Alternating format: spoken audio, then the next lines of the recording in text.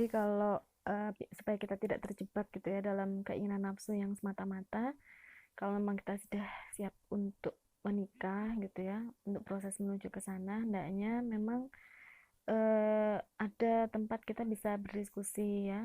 Jika orang tua kita adalah orang yang memahami Islam gitu ya dengan baik, maka orang tua adalah pihak pertama yang layak untuk dimintai pertimbangan gitu, apalagi pada diri seorang perempuan. Mengapa? Karena orang tuanya itu adalah memiliki hak perwalian pada pernikahan ya. Itu yang kedua tentulah hanya itikat baik sebagaimana dituntunkan Allah yang diharapkan orang tua terhadap anaknya ya. Kalau memang orang tua kurang kurang memahami tentang ini, maka kita disarankan untuk berdiskusi dengan orang-orang yang solih gitu ya, yang memahami tentang ilmu agama gitu ya, gitu. Nah, bagaimana tuntunan kemudian kita bisa memilih calon suami gitu ya, ya dalam proses ini ketika seorang perempuan memilih calon suami, hendaknya mungkin dia memang menentukan kriteria gitu ya, jangan sampai terjebak dalam pragmatisme. Kadang penampilan seorang laki-laki sedemikian rapi dan kelihatan terhormat gitu ya, tetapi kepribadiannya tidak bisa ditebak hanya oleh penampilan fisik semata. Ketertipuan penampilan memang sangat mungkin terjadi gitu ya, oleh karena sikap keberpura-puraan seseorang atau aksesoris dan atribut yang kemudian melekat pada diri seseorang gitu ya.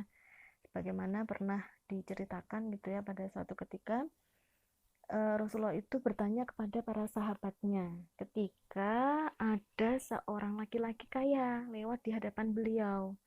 Kemudian Rasulullah ini bertanya, bagaimana pendapat kalian tentang orang itu?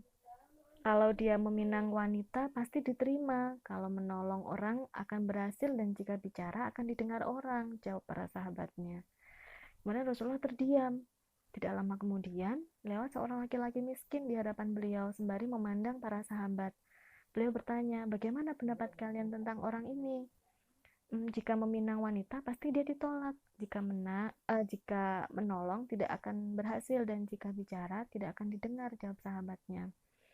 Kemudian Rasulullah SAW bersabda, orang ini lebih baik dibandingkan orang yang pertama tadi, sebanyak isi bumi. Jadi cerita ini diriwayatkan dalam hadis riwayat Bukhari. Kisah di atas menunjukkan betapa mudahnya gitu ya, penampilan fisik ini bisa mengelabui persepsi orang. Jadi para sahabat melihat laki-laki kaya yang lewat karena penampilan fisik yang indah dan meyakinkan, maka mereka berpendapat bahwa pastilah dia orang yang terpercaya gitu.